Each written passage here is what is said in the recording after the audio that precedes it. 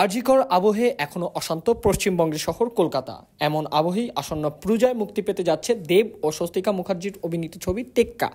এবার সেই ছবির পোস্টার নিয়ে শুরু হয়েছে রাজনৈতিক আক্রমণ।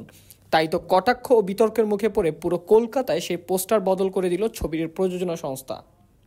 ছবিটির প্রযোজনায় রয়েছে অভিনেতা দেবের প্রতিষ্ঠান দেব এন্টারটেনমেন্ট এবং পরিচালনায় আছেন সৃজিত মুখার্জি।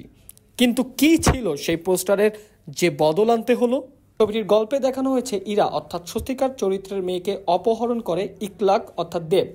ছবির টিজারেই তা স্পষ্টভাবে দেখা গিয়েছে। দেবকে সেখানে দেখা যাবে একজন পরিচ্ছন্ন কর্মীর চরিত্রে, রুঙ্কুনি মৈত্রীকে দেখা যাবে একজন পুলিশের চরিত্রে। এই মূল তিন চরিত্রের পোস্টারই পড়েছে কলকাতা জুড়ে।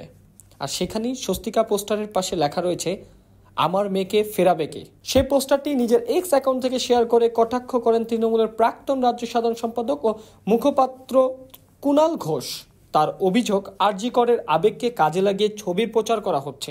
এই বিষয়ে তিনি আঙুল তোলেন সৃজিত ও স্বস্তিকাকে। কুণাল ঘোষ শেয়ার করার পর এই পোস্টার সামাজিক যোগাযোগ মাধ্যমে ছড়িয়ে পড়ে। অনেকেই আবার সেই সংলাপের সঙ্গে আরজিকর আবহের মিল খুঁজে পায়। মনে করা হচ্ছে আরজিকরের ঘটনাকে বিতর্ক এড়াতেই মেয়ে শব্দটির বদলে ছবির চরিত্রের নাম যোগ করা হয়েছে পোস্টারে।